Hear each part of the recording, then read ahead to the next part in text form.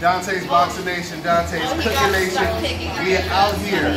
Where are we at? We're out here in Bangkok. There you go. She's from Ireland. Matter of fact, introduce yourself to the world. My name's Hannah and I'm from Ireland and I'm the biggest fan of this cooking show. You hearing that? Yeah. Biggest fan? And I'm from Ireland. Sorry. No, I can edit it. Don't worry about it. All the way in Bangkok, Thailand, y'all. No, Get in right. Ireland as well.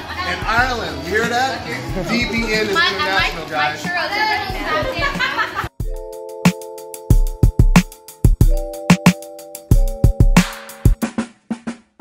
Dante's Boxing Nation, what's going on, guys?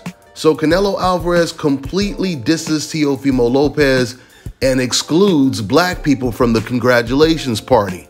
Let's get into it. So following George Kambosos' win over Teofimo Lopez to take all of his unified belts, Canelo Alvarez reaches out to George Kambosos and congratulates him, which tells us how Canelo Alvarez felt about Teofimo Lopez all along, even when Teo jumped on that stage with him, claiming that he was undisputed. Now, I had already made a video where I had told you guys that Canelo Alvarez, he made it clear that Teo was not undisputed because he said historically there are only 6 people that have ever became undisputed, and that list did not include Lopez's name. That's what Canelo said right after he beat Caleb Plant. Now, after Teofimo, he loses to the 13-1 underdog George Kambosos. He blames his loss on everyone except for himself and his father. He blamed it on DAZN. He blamed it on the judges. He said he was robbed. Canelo could have stayed on code just because Teofimo Lopez is Latino, and Teo, he looks up to Canelo Alvarez. Canelo could have easily just said whatever Lopez wanted to hear to make him feel better, but instead, it was the contrary. He came out and said congratulations to George Kambosos, meaning he didn't take anything serious that Lopez Jr. or Sr. said after the fight, which no one in the boxing world did, including diehard Teofimo Lopez fans.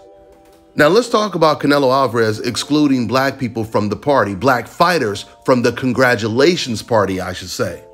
Listen, now when Canelo Alvarez is congratulating another countryman, like Montiel after his performance against Jamal Charlo.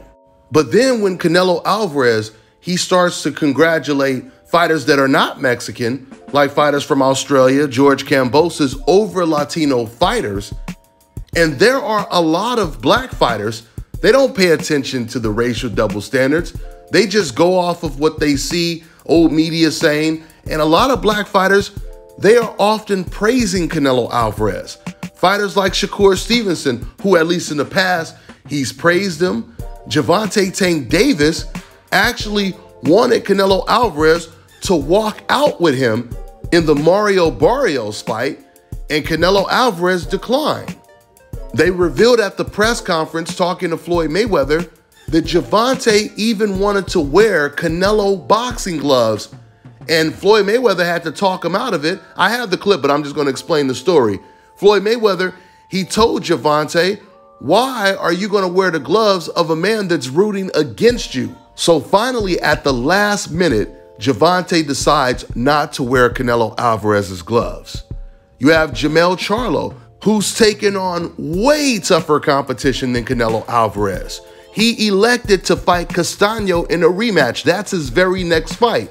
He could have easily walked away from the rematch, just like Canelo walked away from the Lara fight or the Lara rematch. But instead, Jamal, he's willing to take one of the most dangerous fights in all of boxing right now. Matter of fact, I did a poll and I asked you guys who had the toughest fight coming up. And it was out of all of the fighters from Canelo Alvarez to Devin Haney, Gervonta, and then it was Jamal versus Castaño 2, and you guys overwhelmingly picked Jamal Charlo versus Castaño 2. So while fighters like Jamal Charlo and Shakur Stevenson are going after the most dangerous fighters, these fighters are showing Canelo Alvarez a lot of respect. And like I told you guys, they're doing it for 2 reasons.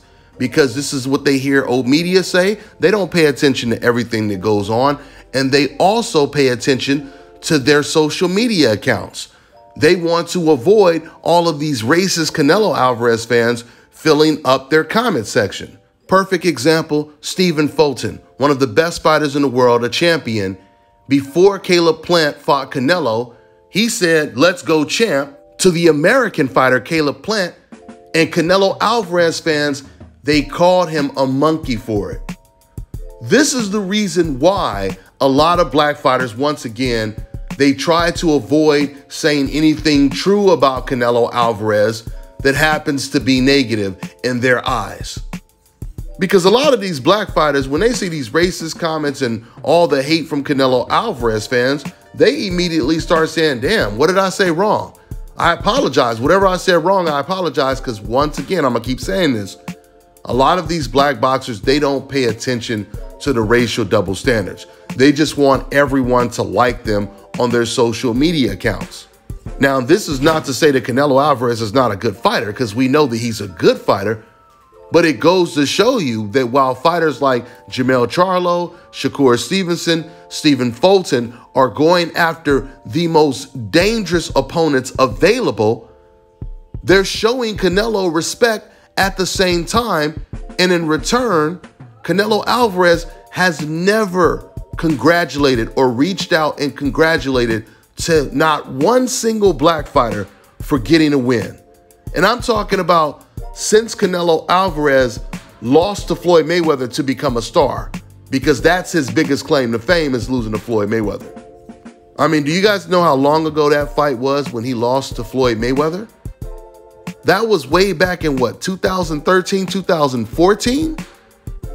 So we're talking about 7, 8 years. Canelo Alvarez has never reached out to one single black fighter to say congratulations on your win. But he does it for Kambosos. See, unlike Canelo and the many racist Canelo Alvarez fans, all of the race fans, I practice what I preach. This is what I love about YouTube. Everything that I said, everything that all of us have said and posted on the internet, it has been documented. And what you will see is me praising and giving credit to every fighter that got a big win, no matter what their race is, from black to Mexican, white, and everything else in between.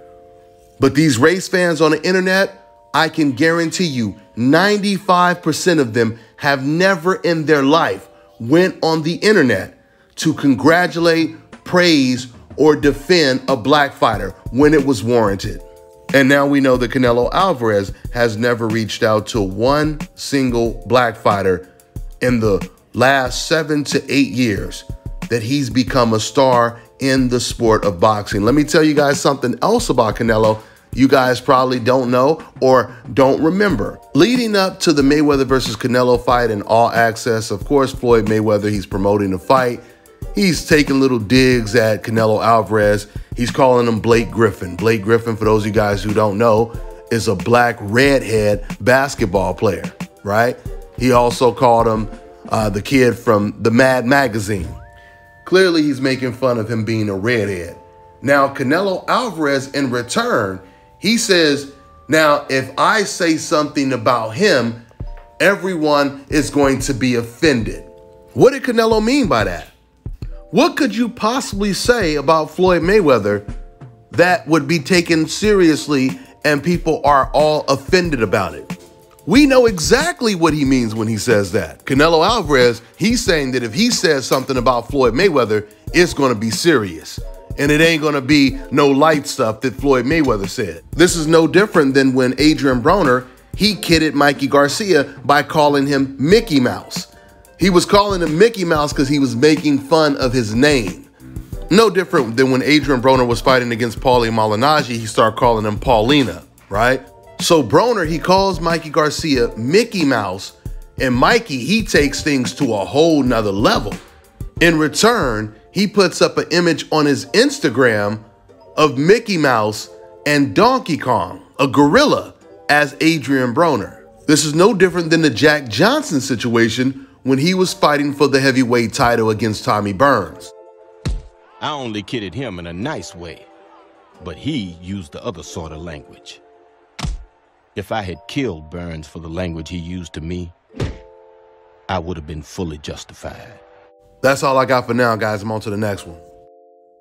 Fellas, I've got some great news for you. If you've lost your hair or have a receding hairline, the time has come when you can finally get your hairline back through a process called scalp micropigmentation. So here's how it works. It's a hair tattoo that replicates the look of your hair follicles when you have fully shaved it down. So to get this hookup, make sure you follow and contact my man Scalp Carolinas on Instagram.